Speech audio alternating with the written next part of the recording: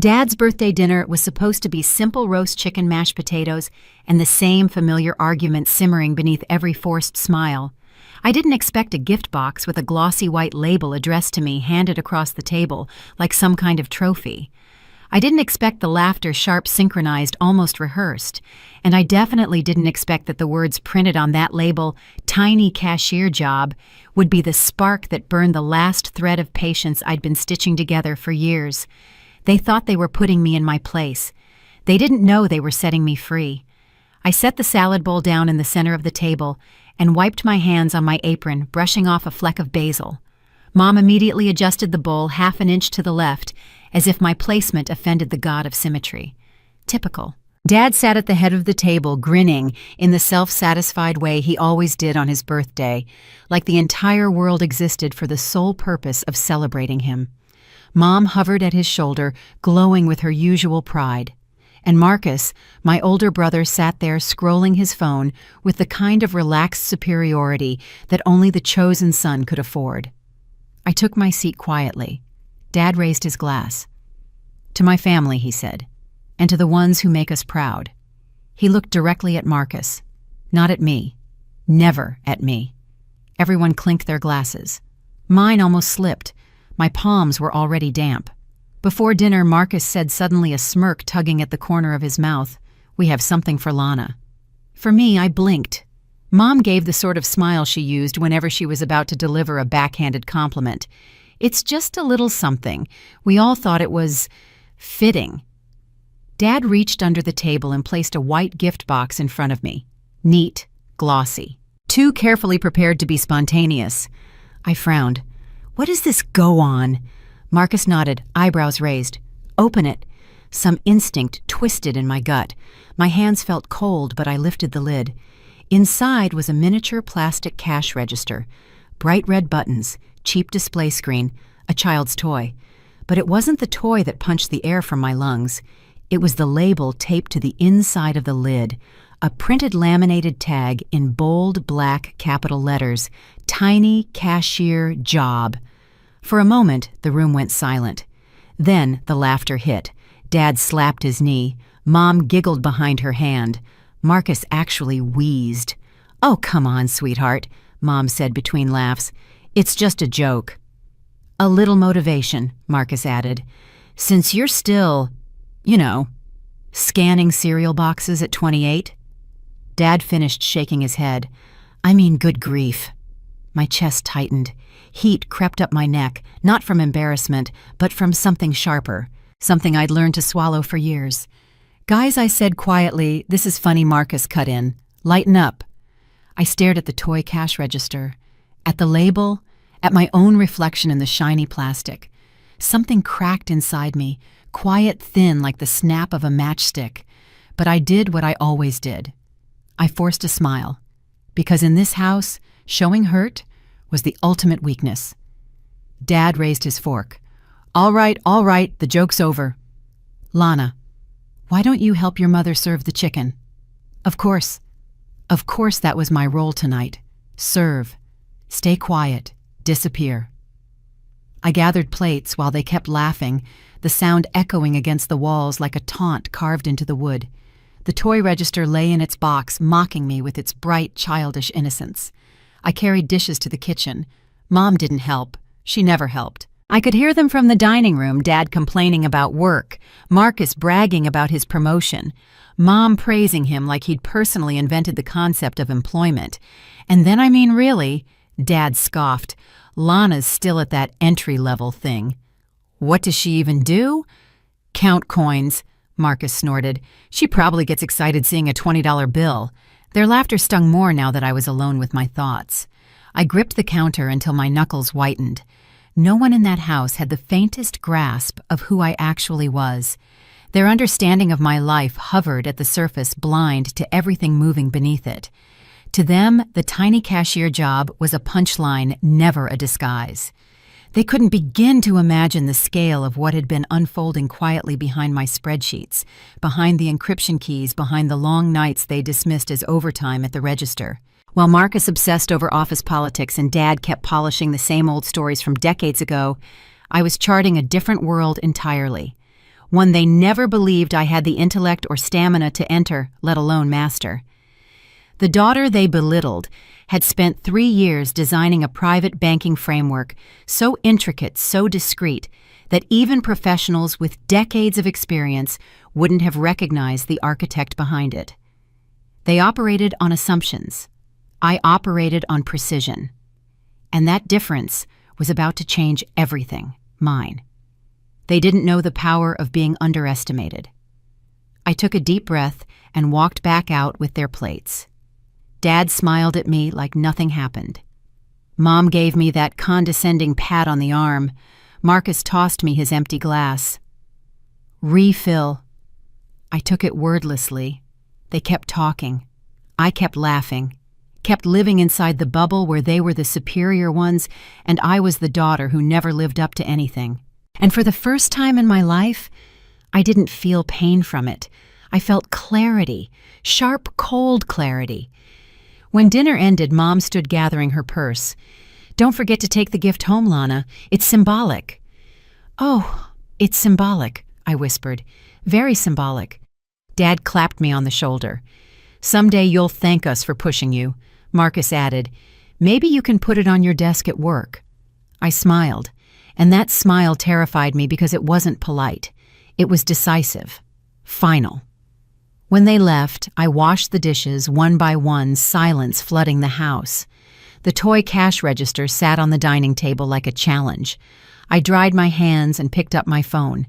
My fingers didn't shake. I opened my hidden apps. Encrypted systems only I could access. Financial channels protected behind layers no one in my family could even name. Dashboards spread across offshore holdings that mapped the empire I built in silence. In less than 20 seconds, I pulled up the metrics that only 4 people in the world had permission to access. And I whispered, "Let them laugh." The numbers on my screen glowed back at me. 2.5 B assets under management. Projected 2024 growth, 14%. Private banking portfolio, verified my empire. Quiet, invisible, real. Dad's birthday gift didn't break me. It crowned me. I powered off my phone, grabbed the trash bag, tossed the toy cash register inside, and tied it shut with a clean, sharp knot. As I carried it out to the bin, the night air hit my face. Cool, still, free. Everyone in that room assumed I was the least significant presence there. None of them understood how wrong they were. Tomorrow morning, Forbes would tell them the truth. The trash can lid clanged shut behind me, but the sound didn't settle anything in my chest. I stood in the quiet driveway, breathing in air that tasted different, somehow less like home, more like escape. The porch light flickered above the front door, making the shadows beneath the maple tree ripple like warning signs. Maybe they were. Inside, Dad's laughter still echoed in my ears, replaying louder than it had been at the table. Marcus's smirk flashed like a neon sign. Mom's soft, complicit giggle threaded itself right through my ribs. I wasn't supposed to hear them after I walked out with the dishes, but I did. Dad muttering, "She'll never amount to more than that cashier counter," and Marcus chiming in, "You spoiled her by letting her think she could be more." They never imagined I stood in the hallway frozen, absorbing every word. The voices faded when I stepped back into the house, but the resentment stayed with the same stubborn weight I had carried since high school. I moved toward my childhood bedroom, walking past the framed photos on the wall, every one of them starring Marcus in baseball uniforms, graduation robes, work badges. I was in maybe 3 pictures, all in the background. The door closed behind me with a soft click. I sat on the edge of the bed, pulled out my phone again, and unlocked the encrypted folder I had never let anyone glimpse. A list of names popped up: silent investors, private clients, and 2 international partners. Most people assumed Elle Pierce belonged to a veteran banker in her 40s, not a 28-year-old woman whose own family still treated her like the kid sent to set the table. I scrolled through messages: portfolio allocation request approved. Confirming wire transfer for quarter close. Need revised risk model for energy sector. Every line felt like oxygen. I tapped open my dashboard and checked the live numbers again. The digits pulsed with quiet certainty, my empire breathing beneath the surface, while my family believed I was drowning in minimum wage monotony. I hadn't built any of it out of ambition. I built it because no one ever expected anything from me.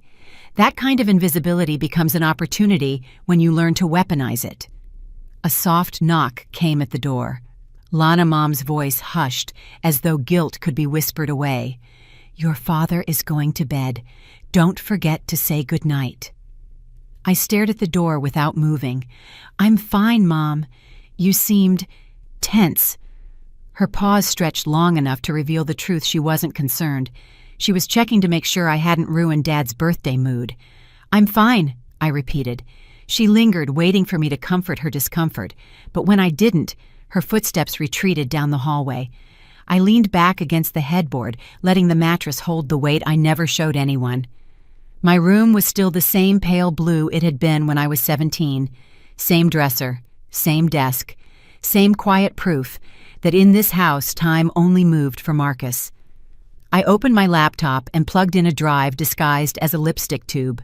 The screen blinked, loading the interface of my real-world clean charts, risk analyses, client memos, digital ledgers only I could navigate.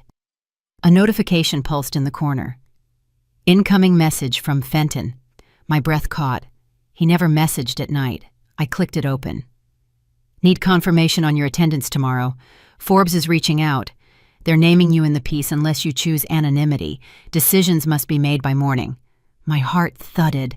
Forbes. Not a rumor, not a possibility, a certainty. The article wasn't just about the portfolio's growth, it was about the architect behind it, me. For a moment I couldn't feel my hands. I pressed my palm flat against the quilt, grounding myself. The exposure itself never frightened me. What unsettled me was the stretch of time before the truth finally stepped into the light. In this house, my achievements would never be seen as earned. They'd be treated as accidents, loopholes, favors I didn't deserve. If Dad found out tonight, he'd mock it. If Marcus found out, he'd claim he always knew I had potential, which was a lie even he wouldn't say convincingly. If Mom found out, she'd panic about what people might think. Tomorrow would scorch all of that. But tonight, I needed silence. I typed my response, "Use my real name." My finger hovered over me for a long second. Then I pressed it. A calm washed over me, steady, warm, solid, like stepping into a room where no one had ever doubted me. I spent the next hour refining documents Fenton had forwarded, double-checking the numbers that would appear in the feature. My focus sharpened the way it always did when I worked in the world that belonged solely to me. By midnight, my eyelids were heavy, but my mind wouldn't quiet. I lay back staring at the ceiling fan, turning slow circles, stirring air that felt stale with old expectations. Around 1 in the morning, voices drifted from down the hall. Dad again. Low, irritated. "Girls need direction. She's wasting her life." Mom murmured something soft, apologetic. Then Marcus, louder. "She should be grateful we even tease her. At least it means we care." My jaw clenched so tightly I felt a pulse in my temple. Grateful. Every sneer they tossed my way came back into focus. Every attempt to shrink me finally showed its true shape. All those years of being told I'd never measure up settled into a single, undeniable truth. They had been wrong about me every step of the way. I pulled the blanket up over my chest and closed my eyes. Tomorrow morning would change everything. Forbes would expose the truth. My tiny cashier job would become the punchline to their failure to see me. And when the world knew who I really was, this house, this entire family dynamic would crack like fragile porcelain. But the thought didn't scare me. It steadied me. Somewhere between exhaustion and adrenaline, I drifted into sleep with one single clear promise forming in my mind. If they wanted me small tonight, they should have cherished the moment. Because in the morning, the world would know exactly how big I'd become. Sunlight crept across my bedroom ceiling long before I opened my eyes, thin and sharp, like it was slicing through the air on purpose. I lay still, listening to the house settle pipes humming floorboards, shifting the faint clatter of dishes downstairs. Mom always moved quietly in the mornings, as if volume itself could trigger Dad's temper. I reached for my phone on the nightstand. 2 new emails. A message from Fenton arrived first. Then a headline from Forbes lit up my screen. My pulse spiked. I opened the Forbes message first. Feature finalized.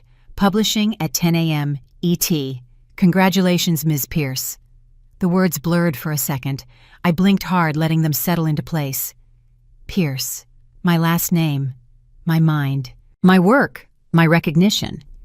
Dad still thought I spent my days counting coupons. I sat up slowly, the room colder than I remembered. Maybe it was just me, my head already in a world far beyond these walls. Downstairs, Dad's voice boomed louder now. "Where's the coffee Lana was supposed to brew it before she went to bed?" A familiar sting tightened in my throat. Even on the edge of my biggest morning, he still expected servitude. Mom said something too soft to hear. Dad huffed, irritated. I swung my legs out of bed, feet touching the worn rug I'd had since middle school. Everything in this house felt frozen in time, except me. I'd outgrown it years ago, just didn't know it until now. I dressed quietly, dark jeans, a simple blouse, hair pulled back. No makeup. If they looked at me today, I wanted them to see the truth plainly. For once, I walked downstairs without shrinking. Mom greeted me with a nervous smile. Dad didn't even look up from his newspaper. Marcus sat at the table eating cereal like he owned the kitchen. "You're up late," Marcus said, glancing at the clock.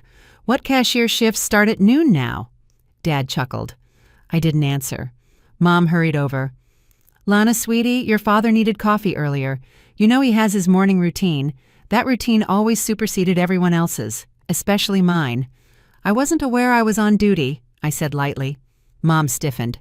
Dad lowered the paper just enough to glare. "What's with the attitude?" he asked. "You're home. You pitch in. That's how this works. That's how they worked conditional love based on compliance." I poured myself a glass of water. "I have things to do today." Marcus choked on a laugh. At the store, big day at the register, Dad grinned proud of his son's cruelty. My fingers tightened around the glass. I pictured the Forbes homepage already prepared to detonate through their illusions. 10 a.m. couldn't come fast enough. Mom, sensing a shift she didn't understand, cleared her throat. "Be nice boys. Lana's working hard." Dad scoffed. Hard at what she chose that job. It's not like anyone stopped her from finding something real. Something real. The irony nearly made me dizzy. 8:45 a.m. I checked the time again as I headed for the coat closet. Dad wasn't finished. "Where do you think you're going?" "You haven't helped clean up breakfast." I slipped my arm into my jacket. "I have a meeting." Marcus laughed. "With who, the bargain bin manager?" "No," I said, grabbing my keys. "Someone who respects me." The room went silent. Their confusion was almost sweet. Dad's brow lowered. "Don't get smart with me, young lady." "I'm not," I said. "Just honest." I stepped outside before he could respond. The morning air hit me clean and cold, clearing my head the way a blunt reality check never would. I walked toward my car parked at the curb. The sky was bright, the kind of crisp blue that feels like it's daring you to change your life. I unlocked the door, slid inside, and stared straight ahead. My hands trembled not from fear, but from anticipation. 8:58 a.m., 22 minutes until Forbes stripped away the last layer of who they thought I was. My phone buzzed, a message from Fenton. "Your choice was the right one. Be ready." Ready. I'd been ready for years. I drove to the coffee shop downtown where I often worked before shifts, neutral ground away from Dad's expectations and the weight of a house that had never felt like home. The place smelled like cinnamon and fresh beans. People chatted softly at tables, oblivious to the tectonic shift happening inside me. I ordered a cappuccino, sat near a window, and opened my laptop. 9:15 a.m. My inbox was already ticking with quiet movement, client updates pending approvals numbers I usually devoured with calm discipline. Not today. Today felt like standing at the edge of something huge. A shadow fell over my table. "Long shift today," Marcus's voice teased in my memory, but it wasn't him, just a stranger reaching for sugar packets nearby. I shook off the thought. My father's words echoed next. "She'll never amount to more than that cashier counter." They wouldn't just eat those words soon, they'd choke on them. At 9:59, my palms turned warm, heart beating steady and strong. I refreshed the page. The moment felt slow and stretched like the universe holding its breath. Then, 10 a.m., the headline flashed onto the screen in bold, unmistakable capital letters. the rising private banker behind a $2.5 billion empire. Meet Lana Pierce. My throat tightened. Not with tears, those were gone long ago. This was vindication pulsing straight through my chest. A photo of my hands on a keyboard, my name, my numbers, my world. The toy register was gone for good. Their jokes no longer touched me. Any attempt to shrink my worth had finally lost its power. Just truth. A truth my family had refused to see. My phone started vibrating, call after call, message after message. Unknown numbers, business inquiries, press requests. I closed the laptop gently and leaned back in my chair as a wave of calm swept over me.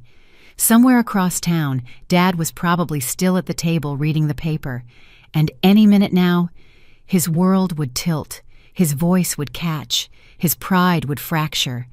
The daughter he mocked at breakfast was about to outrank every achievement he had ever praised Marcus for, and I didn't even need to be in the room to watch the collapse.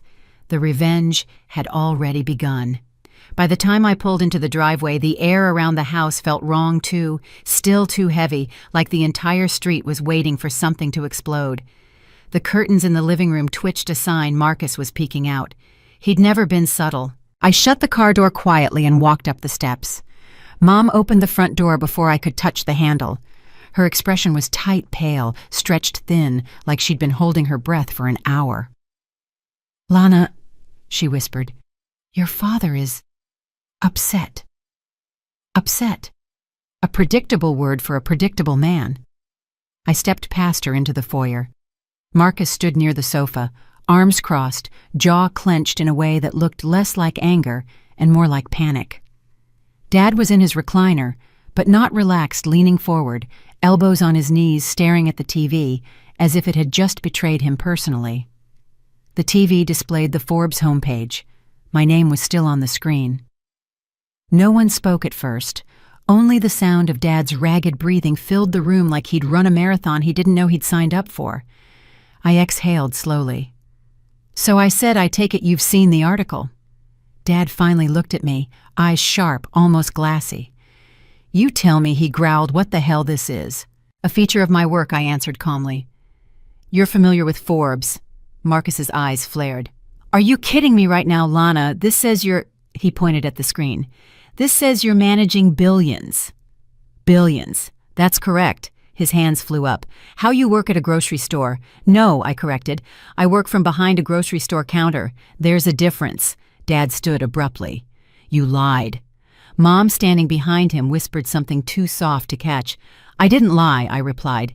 "You assumed. I let you." "That's the same thing," Dad barked. A familiar heat rose in my chest. Not shame, not fear, just exhaustion. "It's not my job to correct your assumptions about my intelligence," Marcus scoffed. "Why wouldn't you tell us?" The laugh slipped out before I could stop it. "Because every time I did something even slightly unexpected, Dad called it luck, and you called it cute." Mom pressed a hand to her chest. "Sweetheart, we didn't know. That's the point," I said gently. "You never tried to." Dad's face darkened.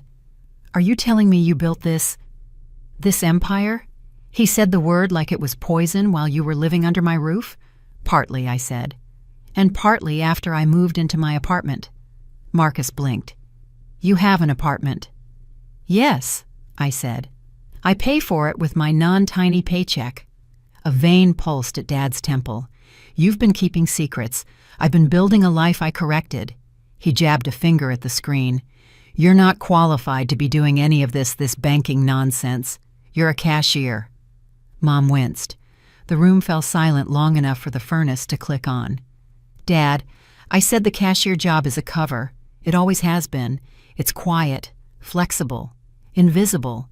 It gave me the time and anonymity I needed to build something meaningful." "You're not capable of something like this," he snapped. There it was, the sentence that had shaped my entire childhood. I met his stare.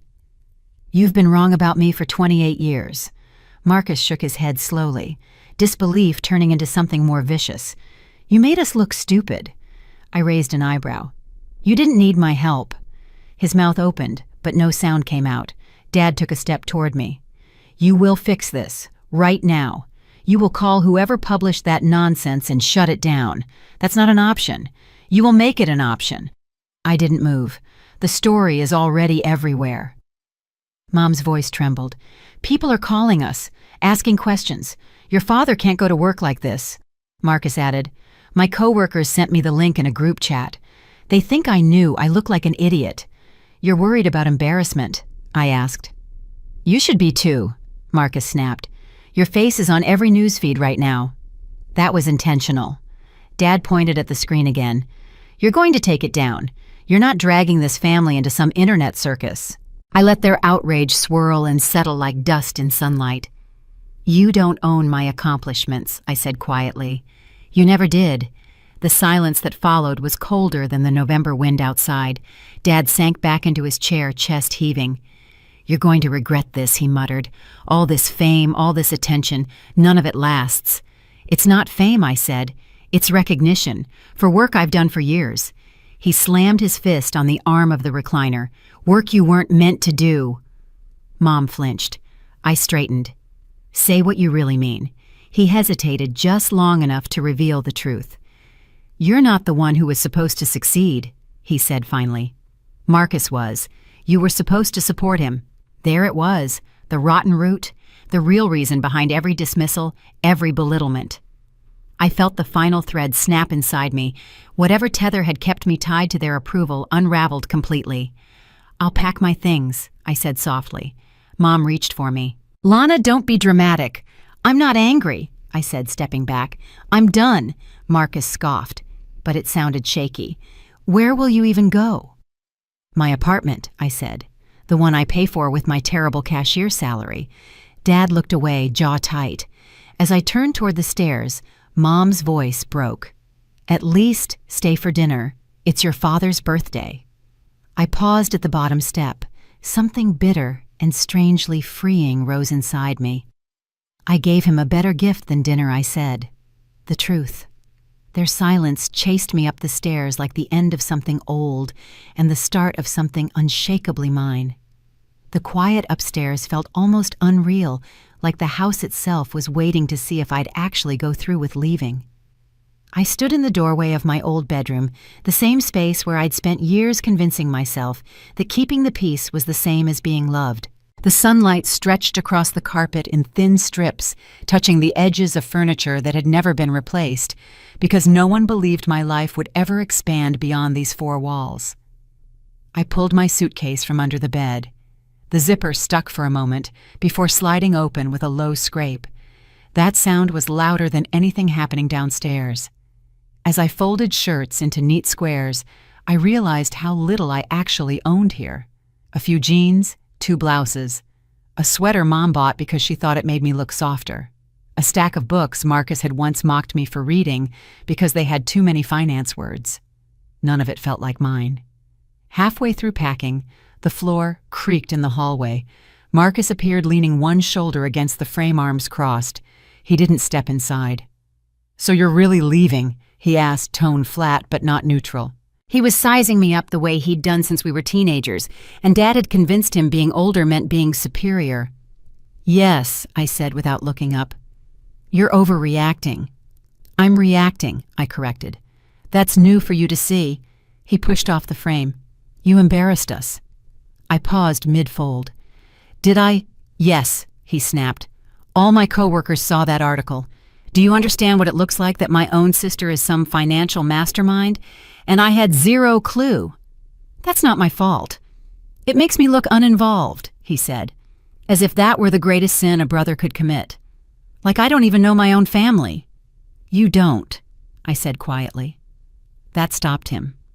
A subtle shift happened in his expression. Something like acknowledgement, but it hardened too quickly to stay. "You could have told us," he said. "No," I replied, "I couldn't." Marcus frowned, almost offended by the truth. "Why not?" I finally met his eyes.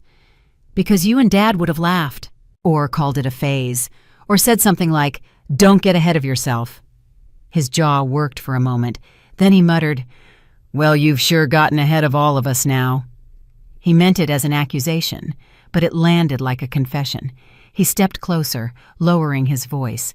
"You think this article is good? You think it's something to celebrate? Yes, I said simply. It's dangerous, he hissed. People will expect things from you. Big things. They'll want to know every detail. They'll question everything. And that's different from home, how his ears reddened. He turned away, pacing the small space between my door and the bathroom. Dad's furious, he said. He says you ruined his birthday. I didn't ruin anything I said. I just stopped pretending. He wants you downstairs. I'm not coming. Marcus's laugh was sharp. Of course not. You're too important now, right? I zipped the suitcase slowly. I'm just done being small. His footsteps stopped. The words hung between us like something irreversible. He stared at me, a flicker of something almost vulnerable crossing his face. Fear, disbelief, maybe jealousy. But it vanished as quickly as it surfaced. You know, he said quietly, Dad always said you'd run from responsibility the second things got hard. I stood. And you believed him? Yes, he said without hesitation. I brushed past him toward the doorway. Then maybe you should ask yourself why. Mom was waiting at the bottom of the stairs, hands wringing the hem of her sweater the way she did whenever conflict made her anxious. She reached out as if to stop me, fingers trembling. Where will you go? She whispered. My apartment. But, her lips shook. You'll be alone there. I'm already alone here, I said. Her shoulders sagged. She looked like she wanted to hug me, but decades of choosing Dad's comfort over mine kept her rooted in place. I didn't know you were unhappy, she said softly. Yes, you did, I replied. You just looked away. A small, wounded sound escaped her. I almost reached for her, almost broke the pattern of distance we'd both lived in, but the moment passed. Another choice she didn't make. Dad entered the hallway, expression thunderous. You're leaving now? Yes. Running, he corrected. I didn't bother arguing. After everything we've done for you, he snapped. After all the years. What years, I asked? The ones where you dismissed me, mocked me, used me as a punchline, or the years where you pretended Marcus was the only child worth investing in? His eyes widened, not because he disagreed, but because he wasn't used to hearing me say it out loud. I'm not going to apologize for succeeding, I said, especially not to people who never believed I could. Dad's jaw tightened. You think the world is going to protect you? You think people out there care about you more than your family? No, I said. I think they'll see me. That's enough, he scoffed. You'll regret this. I won't. The front door felt heavier than it should have as I opened it. The air outside hit my face crisp and grounding. Behind me, Mom whispered my name. I didn't turn around.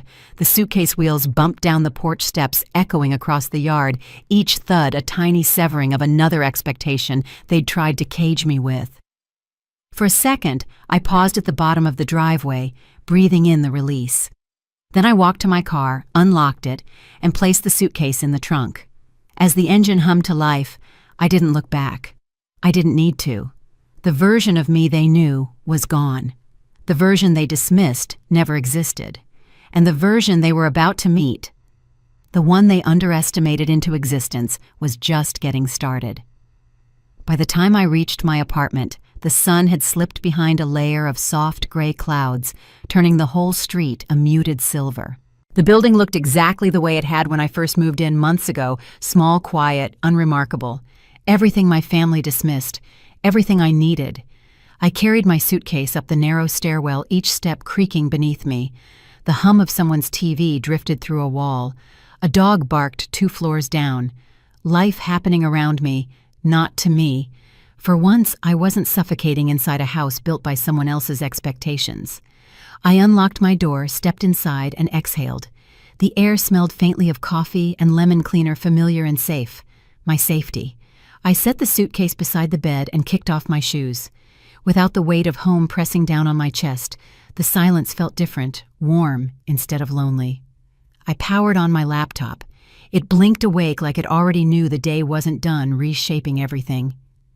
3 new emails from Fenton. 1 from a venture fund I knew by reputation, only one of those names people whispered in boardrooms. 2 from journalists I had no intention of speaking to yet. My phone rang next an unfamiliar area code. I didn't answer. A voicemail popped up seconds later. I pressed play. Ms. Pierce, this is Julia Anderson from Skyline Capital. I'd like to discuss collaboration opportunities related to your private portfolio. We read the Forbes feature, and I ended the message, the corners of my mouth lifting without permission. Collaboration, recognition, respect. All the things I'd never heard inside Dad's house. The messages kept coming. LinkedIn requests, media inquiries, investor interest. The world had found my name, and for the first time, I wasn't hiding from it. I pulled the curtains open slightly. Rain had started to fall, tapping against the glass in soft, rhythmic beats. I watched the droplets race each other down the pane, feeling the kind of stillness that comes only after a storm, internal or otherwise. A knock sounded at my door. My stomach tightened. No one visited me here. I crossed the room quietly and checked the peephole. Marcus. Of course he'd come. He'd always been Dad's messenger when things needed cleaning up, smoothing over reframing. I opened the door halfway. How'd you find me? He lifted an eyebrow. You really think Dad doesn't know the address he co-signed when you moved out? Right? The one favor he'd never let me forget. The one I'd paid back months ago, but apparently that didn't matter. Can I come in? Marcus asked, hands shoved in his jacket pockets. I considered closing the door, but curiosity nudged me. Fine. He stepped inside, glancing around with the same judgment Dad used when he toured model homes. Smaller than I expected. It's mine, I said. That's what matters. He didn't answer. Instead, he paced slowly, stopping near my desk, where my laptop screen still glowed with unread emails. So everything in that article is real? He asked. Yes. He swallowed hard. And you never told me. You never asked, I replied. He stiffened. I would have listened. No, I said gently. You would have laughed. That hit him like I'd slapped him. His shoulders dropped slightly. Dad's worried. Dad's angry, I corrected. Not worried. He thinks people are going to judge him, Marcus said. They're calling, asking how his daughter got into private banking, asking why he never mentioned it. That's his problem, I replied. Not mine. He ran a hand through his hair. He feels blindsided. So do I said softly. Every time he dismisses me, every time he belittles my work, every time he tells people I'm just a cashier. Marcus fell silent. The hum of my refrigerator filled the space between us. You know, he said finally, Dad expected you to come back downstairs. He waited. That's been his pattern for years, I said. He pushes. I shrink. He wins. And now Marcus asked, I don't shrink anymore. He let out a slow breath, rubbing his jaw. Look, I didn't come here to fight. Then why are you here? He hesitated. Dad wants you home. He's embarrassed, Lana. I'm not responsible for how he feels. Marcus flinched at the bluntness. He wants to talk about what? How should I live smaller? Quieter, more convenient for him, he said. If you apologize, I laughed, sharp and humorless. Apologize to succeed. Marcus didn't meet my eyes. The rain picked up outside, the sound steady and comforting. I walked past him and sat on the edge of my bed, elbows resting on my knees. Marcus, I said carefully, I'm not coming home. He lifted his head. So that's it? For now, I said. Until Dad realizes I'm not property to manage or a disappointment to control. His voice dropped to something small. I didn't come here only for him. That made me look up. He wasn't smiling, he wasn't smug, he wasn't posturing. He looked unsure. I don't understand how you did it, he admitted. I don't understand how you ended up bigger than all of us. I wasn't trying to be bigger, I said softly. I was trying to be myself. He stared at the rug like he was trying to read something there. I always thought Dad was right, he whispered. About you, about what you were capable of. My chest tightened. Not with anger, but with a grief I didn't expect. And now I asked. His voice cracked. Now I'm not so sure. We didn't speak after that. The silence wasn't hostile this time. It was reflective, heavy, necessary. After a minute, he turned toward the door. Dad's not going to let this go, he said quietly. I know. You should prepare for that. I am. He nodded once, then opened the door. He hesitated as if wanting to say something more, but the words didn't form. Good night, Lana. Good night." When the door clicked shut, the room felt calmer again, lighter as though his visit had carried out the last of the weight I'd been holding for years. I walked back to the window and watched the rain trail its silver lines down the glass. Dad's world had cracked. Marcus's world was shifting. Mine was finally beginning. My phone buzzed nonstop the next morning, vibrating across my nightstand like it was trying to escape. I squinted at the screen notifications stacked in endless rows. Emails from investors, journalists, former classmates I barely remembered. 3 voicemails from numbers with country codes. A request from a financial podcast I used to listen to during my cashier breaks back when I was invisible. And 1 text from Mom. "Call your father. It's urgent." I ignored it, rolled out of bed and opened my curtains. The sky was still gray, the kind that made the city feel softer than it really was. Down on the sidewalk, people walked their dogs, carried coffees, and jogged past like every morning. No one looked up to see the girl whose face had appeared on financial news feeds overnight. It was perfect. I brewed coffee and settled into my desk chair, my real command center, not the cash register my family believed defined me. The laptop hummed awake. More alerts, more inquiries, more proof that people out there, the ones who actually understood my field, valued what I had built. I opened an email from Fenton with the subject line, "Strategic Next Steps. Prepare for acceleration. The exposure is increasing your valuation. Expect significant inquiries in the next 48 hours. I'll filter what you don't need to see." I smiled. The world was finally catching up to what I already knew. Before I could respond, my phone rang again, this time with a name I recognized. Cole, my high school ex. The boy who once told me I'd peak early said girls like me should aim small so we don't get disappointed later. I answered. "Hello?" He cleared his throat. "Lana." "Hey, wow. Big article, huh?" "Very big," I said, sipping my coffee. "So, congrats. Really impressive. Didn't know you were into banking stuff. I don't broadcast everything I replied." He laughed awkwardly. "Yeah, no kidding. Listen, some of us from high school were talking. We're planning a little reunion. You should come. People would love to see you." "That's surprising," I said. "Why?" "Because people never wanted to see me before." He froze. That's not fair. It's accurate." Silence settled. Thick, heavy. He finally said, "Look, I just thought you'd want to be part of it now. You know, with your success." There it was. Not admiration. Not respect. Clout. "No thanks," I said. "Good luck with your reunion."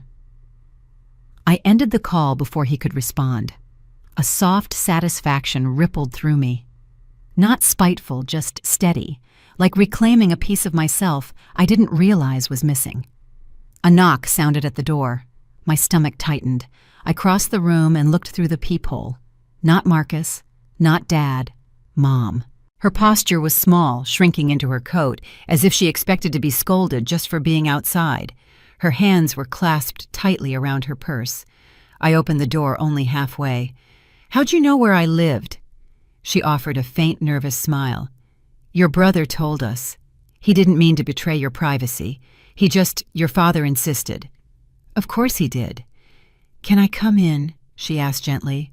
I hesitated before nodding. She stepped inside and looked around the apartment like she was walking through a museum of a life she'd never bothered asking about. She looked around with a soft smile. "It's lovely. It finally feels like it belongs to me," I said. She flinched at my tone, eyes dropping to the rug. "Your father is very upset. I'm not responsible for his emotions." Her breath caught. "You sound so cold." "Mom, I'm tired." "That's different." She walked toward the window, fingers drifting across the sill. "I know your father is difficult." "Difficult," I repeated. "He's cruel." She winced but didn't deny it. "Not this time. He was raised to believe certain things about girls and boys, about roles, about importance. And he never questioned any of it," I said. "No," she whispered, and I never questioned him. The honesty surprised me. Mom didn't admit things like this. She smoothed them, swallowed them, pretended, until the truth dissolved somewhere behind her smile. Your father grew up thinking men lead and women follow, she said. I followed him, and I taught you to follow too. You taught me to be small. Her shoulders tightened. I softened my voice. I'm not angry that you didn't know better. I'm angry that you didn't want to. Tears gathered in her eyes, but she blinked them back. I'm trying now. I crossed my arms. Why are you here, Mom? She turned to me, face pale. People are talking. Your father's co-workers, our neighbors. Everyone saw the article. They're saying he must have been a terrible parent not to know what you were doing. He was, I said simply.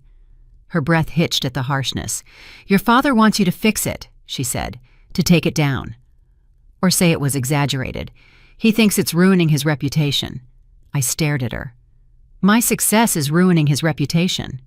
She swallowed hard. He said it makes him look like he wasn't involved in your life. He wasn't, I said. She looked down. If you don't defend him, he'll fall apart. He's already falling apart, I said. And that's not my fault. Mom reached for my hand, but I pulled back. Please, she whispered. He's hurting. And I hurt for years, I replied. Did anyone come rescue me? Did anyone defend me? Did anyone stop the jokes, the comparisons, the dismissals? Her silence was the answer. I took a step back, voice steady. I'm not going back there. I'm not shrinking. I'm not apologizing. And I will not destroy the life I built to protect Dad's ego. She looked at me with something new fear mixed with pride she didn't want to admit. You've changed, she whispered. No, I said. I've finally become who I was supposed to be. Mom stepped toward the door slowly, pausing with her hand on the knob. If you walk away from us like this, I don't know what will happen. I do, I said. You'll have to face yourselves. She opened the door with trembling fingers. Before stepping out, she looked back. For the first time in my life, I saw her as a woman, not a mother carrying her own regrets like stones in her pockets. I hope this success of yours makes you happy, she said. It already has. She nodded once and disappeared down the stairwell. The door clicked shut behind her, and the quiet wrapped around me like armor. Guilt never touched me. Fear stayed at a distance. Solitude felt more like freedom than absence. For the first time, I felt free. And freedom, it turned out, sounded a lot like finally hearing your own voice without anyone talking over it. The email from Aurelium Private Bank arrived at 6:14 a.m., tucked between investor inquiries and a reminder from my utility company. The subject line was so ordinary it almost fooled me. Follow up on institutional integration. I clicked it expecting routine documentation. Instead, I froze. They wanted to acquire my entire micro-banking network. All of it. At a valuation I'd only seen in case studies about unicorn founders. The number was obscene, the kind that rearranged the trajectory of a person's life in one stroke. I reread it 3 times, blinking hard to make sure I wasn't hallucinating before the coffee kicked in. But the offer was real specific, detailed, and already approved by 2 committees. My chest tightened with something between awe and disbelief. I reached for my phone to call Marcus, then paused. No. First, I needed clarity, no one else's thoughts. I replied to the email requesting a meeting, then shut the laptop as if it might burst into flames. The room felt too small for the decision sitting in front of me. A knock jolted me from my daze. Marcus stood on the other side of the door in running gear, cheeks pink from the morning cold. He leaned casually against the frame like this was any other day. You didn't answer my text, he said. Thought I'd stop by. It took me a second to process words again. Come in. He stepped inside, and immediately his expression sharpened. What happened?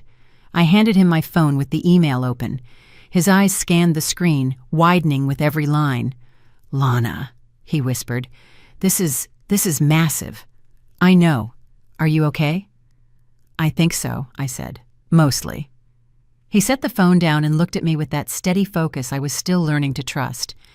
This is the kind of offer legacy banks give to disruptors they're scared of. They want you in-house so they don't have to compete with you. I guessed that, I said softly. So the question is, do you want to be absorbed or do you want to stay independent? I let out a laugh that wasn't quite a laugh. That's what I've been trying to figure out. Marcus reached for my hand but didn't take it. He stopped just short, giving me space to choose.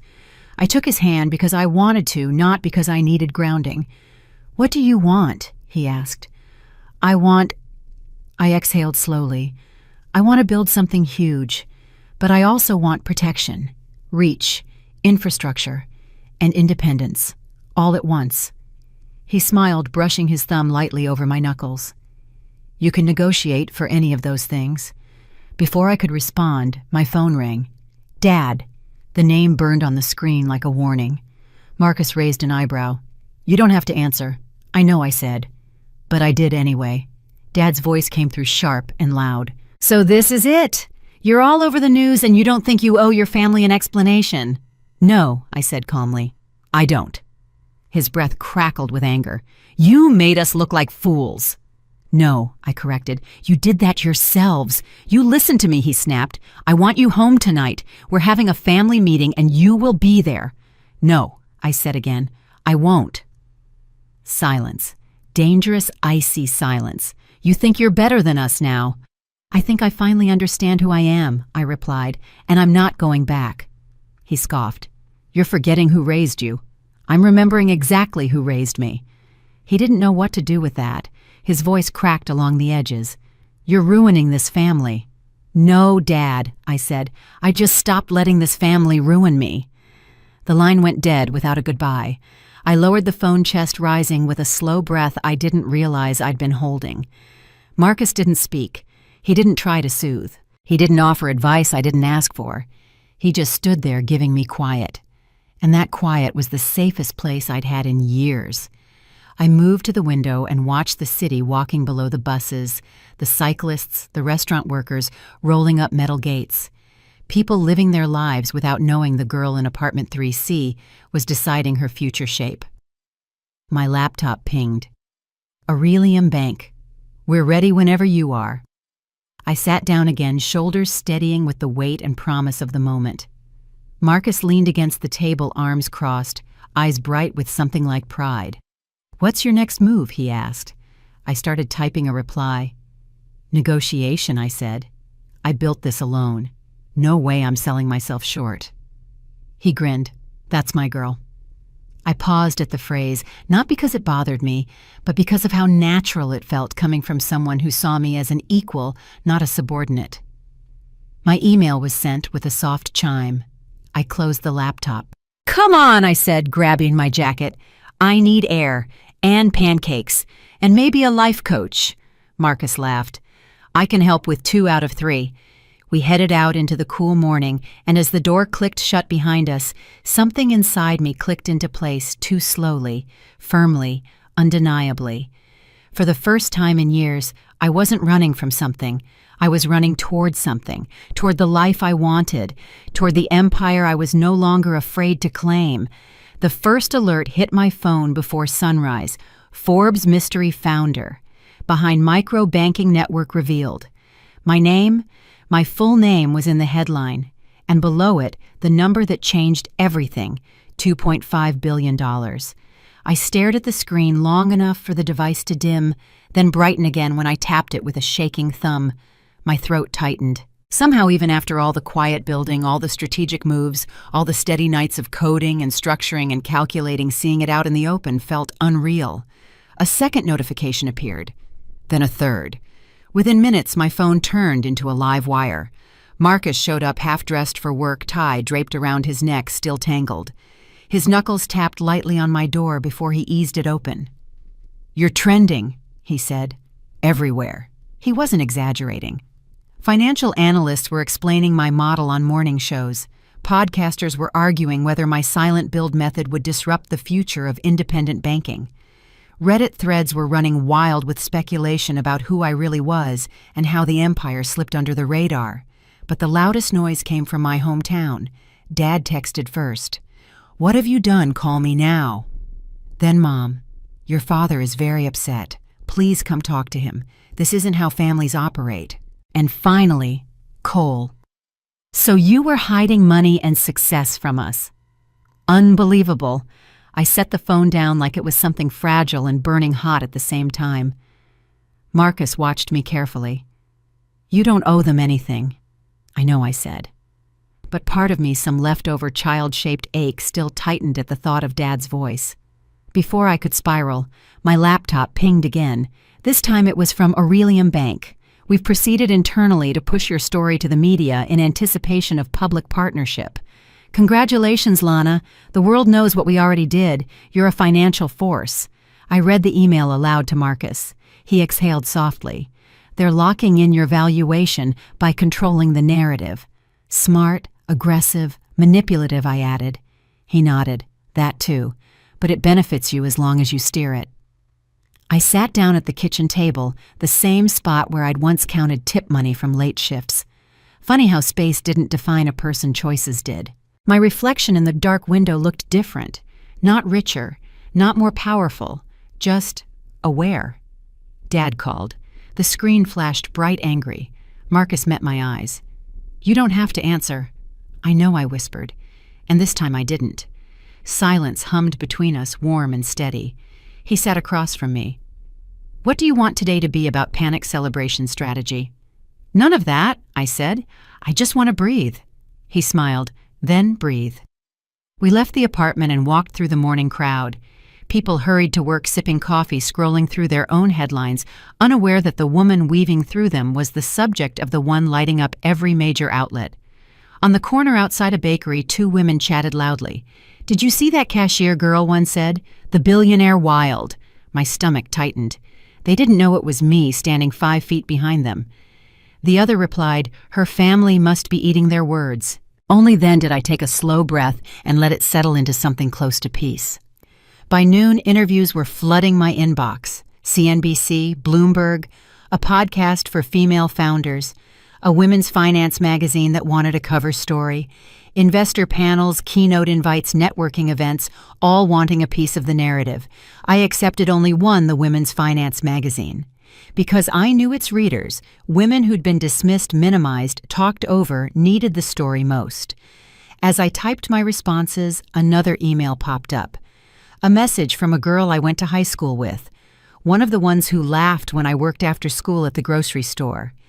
She wrote, Lana, you've inspired me today. I thought my job defined me.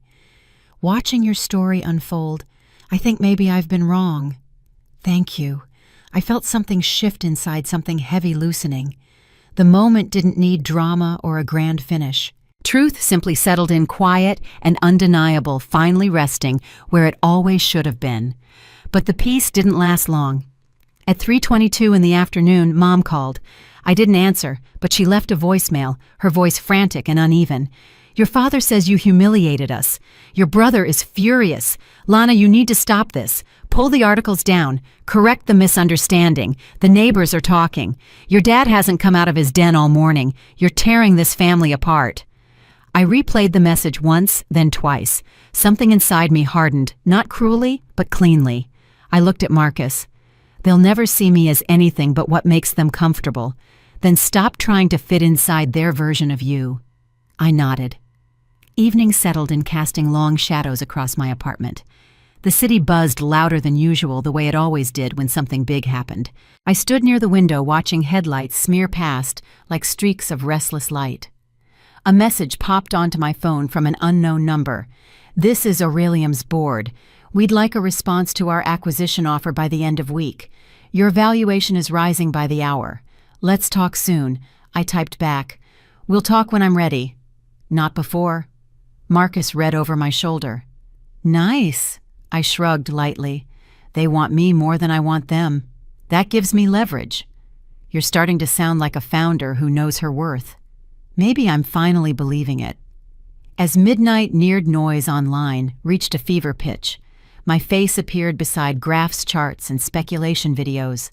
Comment sections filled with shock admiration, critiques, conspiracy theories. But through all of that, one truth anchored me. The girl they once mocked for a tiny cashier job no longer existed. In her place stood someone who had built power quietly, brick by brick, without applause or permission. And now the world finally recognized what my family never bothered to see. I closed my laptop. Tomorrow would demand choices that actually mattered. Tonight, I let myself hold one small, steady thought. I made it. Without them. Because of me.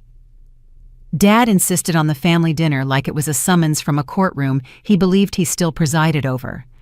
A text arrived early in the morning, short-clipped and dripping, with the authority he'd always assumed I'd obey be at the house by 6. We're discussing the situation. The situation. $2.5 billion in assets, an empire they never imagined existed behind my silence. What they once mocked as a meaningless job now stands at the center of global finance headlines. The life they tried to shrink has expanded far beyond anything they can touch. I didn't reply. I simply showed up. Because I needed this. Not for revenge, at least not the loud kind. Closure mattered more than revenge. That house, that table, that family, I needed them to stop haunting the edges of my life. The driveway looked the same as when I'd snuck out as a teenager, cracked pavement, and an old basketball hoop leaning left like it had given up years ago. Cole's truck was parked confidently in the center spot like always.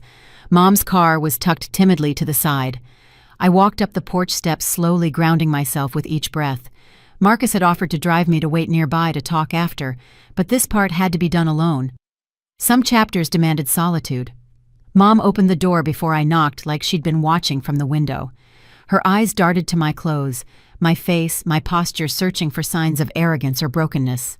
She didn't hug me. "We've all been very stressed," she whispered, pulling her cardigan tight. "Your father especially." I stepped inside. I'm sure he has. Cole was already at the dining table with a beer in hand, legs stretched out like he owned the place. He didn't say hello. He smirked instead.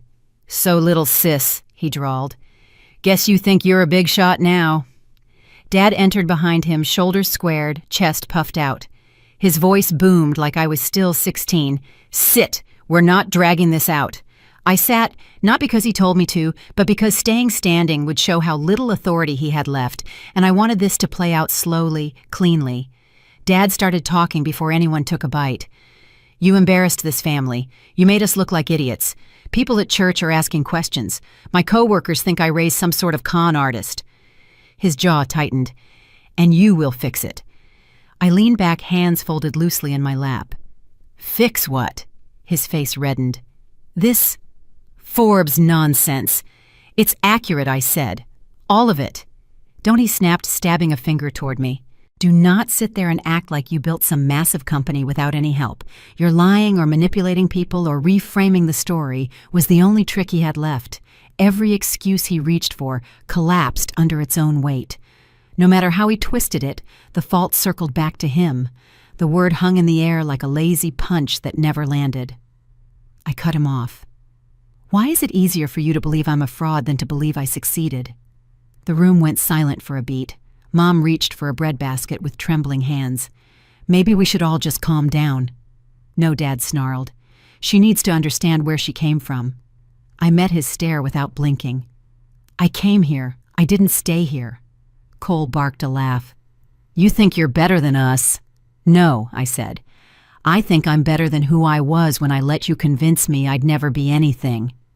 Dad slammed his fist on the table hard enough for the glasses to rattle. "This family sacrificed for you." "What sacrifice?" My voice finally rose, not loud, but sharp, mocking my job, laughing at me, treating me like the family errand girl, acting like every dream I had was a joke. Mom flinched. Cole scoffed. Dad looked almost offended that I dared speak the truth aloud. "You're being dramatic," he said. "You were a cashier." "That's not a career. That's pocket change. That pocket change job funded the prototype for my first banking app," I said quietly. "Every hour I worked there helped launch what Forbes wrote about." Dad's mouth opened and closed like he couldn't compute the math, so I leaned in. "You thought you were belittling me," I said, "but you were financing me." Cole rolled his eyes, but they were jittery now, nervous around the edges. "Come on. You expect us to believe you built some giant business without telling anyone I didn't tell people who mocked everything I did," I said. "That's the difference." Dad shoved his chair back, pacing the room. "You don't lie to your family. You don't hide success. You don't—" "You hid plenty," I replied softly. "Respect, support, encouragement. Those were secrets in this house." Mom looked like she wanted to disappear. "Lana, sweetheart, don't," I said gently. "Please don't soften this. You let it happen." Her eyes filled, but she didn't deny it. Dad stopped pacing. So what now? You're rich, so you think you can cut us out. I didn't say that. But you want to, Cole said. I didn't answer, because wanting freedom wasn't cruelty, it was survival. Dad leaned over the table, pointing at me with the same finger he used to use when lecturing me about schoolwork, chores, curfew. You will apologize for humiliating us, he demanded. You will make a statement. You will explain that this was all exaggerated, and you will stop this nonsense before it ruins our reputation. I stared at him for a long, steady moment. Then I stood. No, I said. I won't apologize for succeeding. His face contorted. Sit down, no. Lana. I picked up my coat. This isn't my shame to carry anymore. As I turned toward the door, Mom called after me, voice shaking. Please don't leave like this. I paused, hand on the doorknob. If you ever want a relationship with me, I said without turning around, it has to be one where I'm not the family scapegoat. Her silence was enough. When I stepped outside, the cool night air hit my skin like relief. A release, a quiet promise. My phone buzzer, a message from Marcus. You okay? I typed back. I will be. For the first time, I really will be. And as I walked down the porch steps, leaving the house that built me but never believed in me, I felt something settle inside my chest. Not bitterness. Freedom. Marcus arrived at my apartment the next morning with 2 coffees and a look that told me he already knew the family dinner had detonated exactly the way we both expected. He didn't ask for details. He just handed me the stronger coffee, the one he knew I preferred when my world felt too loud. Before I could say anything, my laptop chimed. Aurelium Bank was requesting a final meeting. Not optional, not exploratory. Final. I opened the email slowly, almost cautiously, like the words inside might rearrange the shape of my life again. Lana, we're prepared to offer you the largest independent acquisition package in our history. We'd like to present terms in person today. No pressure, only potential. Your work deserves a global stage. My breath hitched. Marcus leaned against the counter, arms crossed. This is it. It feels too fast, I whispered. That's because your family made you believe you didn't deserve momentum, he said. But you do. I couldn't speak for a moment. The contrast between the night before the chaos, the accusations, the desperation in Dad's voice, and this moment was jarring. The family saw me as a threat to their story. Aurelium saw me as a force. By early afternoon, I was sitting in a polished glass conference room 30 floors above the city.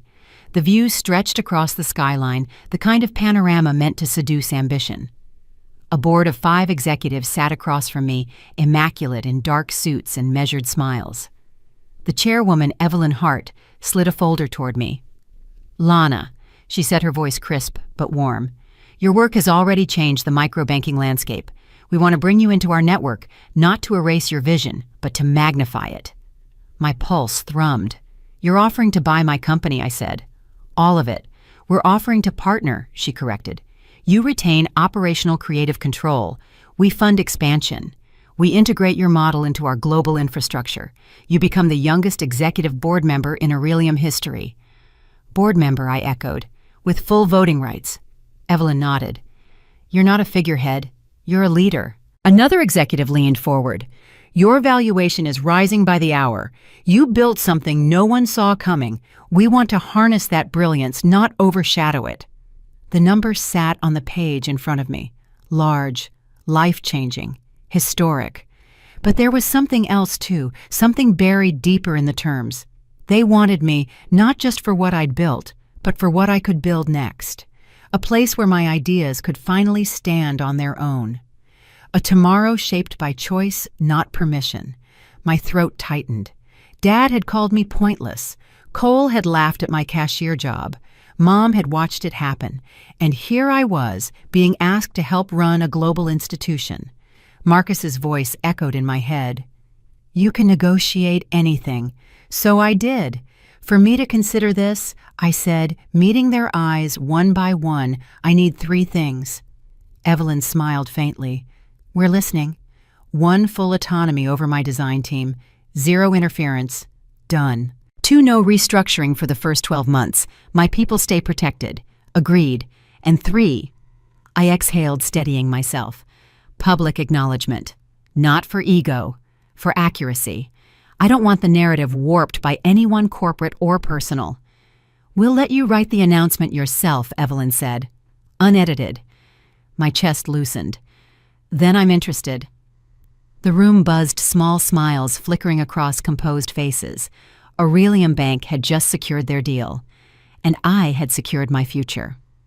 On the drive home, the world outside the windows looked sharper, brighter, as if everything had been slightly out of focus until now. The city lights felt like a constellation of choices I finally had access to. My phone buzzed, non-stop notifications from financial analysts, journalists, even business schools asking if they could feature my model in their curriculum. But one message stood out, from Mom. Your father wants to talk. He says he didn't mean what he said. He's upset. Please call him when you can. My fingers hovered over the screen, not out of fear, out of realization. Dad didn't want reconciliation. He wanted proximity to power. I set the phone down without replying. That evening, Marcus joined me on the roof of my building. We sat with takeout containers between us, watching the sky shift from gold to deep navy. So he said gently, "Are you proud?" I didn't answer right away. For years, pride had felt dangerous, like a spark that might burn bridges I wasn't allowed to cross. But tonight, something inside me finally clicked into place. I am, I said quietly. I really am. Marcus didn't congratulate me. He didn't praise me. He simply said, "Good." The wind brushed past us, cool and soft, carrying away the last traces of the girl who once thought she needed her family's approval to have worth. A version of me they once defined no longer exists. The cashier they mocked lives only in their memory, not in mine. The daughter they overlooked has stepped out of the shadows for good. No more standing at the edges of my own story. A billion-dollar empire now rises from the ground I built myself, the architect of a system that would help millions. And tomorrow, I would sign the partnership that changed everything. But tonight, I let myself feel the power of it, quiet, steady, unshakable. For the first time, the world wasn't ignoring me. The world was listening. The morning I signed the Aurelium partnership, the city felt different, sharper around the edges, as if the skyline itself understood something irreversible was about to happen. My signature made the deal official at 9:27 a.m., but the shift inside me had begun long before the ink dried. By noon, every major financial outlet had picked up the story. By 3, my inbox overflowed with invitations, panels, mentorship programs, keynote requests. By sunset, my life had expanded into something I once thought belonged only to other people. But the moment that truly changed me didn't come from the headlines. It came from the knock on my apartment door at 8:45 that night. Mom stood in the hallway clutching her purse like it was the only stable thing in her world. Her hair was pinned neatly. Her sweater pressed her face lined with worry, so familiar it almost hurt to see. "I didn't want to call first," she said quietly. "I wasn't sure you'd pick up." I stepped back, letting her inside. She moved cautiously, as if she expected the place to reject her. "I came alone," she added quickly. "Your father, well, he's angry. But more than that, he's embarrassed." I said nothing. Silence wasn't cruelty, it was clarity. She sat at the small table near the window, smoothing her sweater over her lap. "Your brother hasn't spoken much today," she continued. "He's been reading everything online. He didn't know you were... all of this." Again, I let the words hang. After a long moment, she inhaled shakily. "Lana, I want to apologize." I looked at her then, really looked. For years, she stood by without stopping them, without seeing me, without choosing me. Her apology couldn't rewrite any of that, but it could acknowledge it. For what I asked. Her lips trembled. For letting them make you feel small. For not standing up when your father belittled your job. For laughing when Cole did. For letting you believe you were less than the brilliant woman you've always been. I blinked slowly, the words landing in places that had been bruised for so long they'd forgotten how tenderness felt.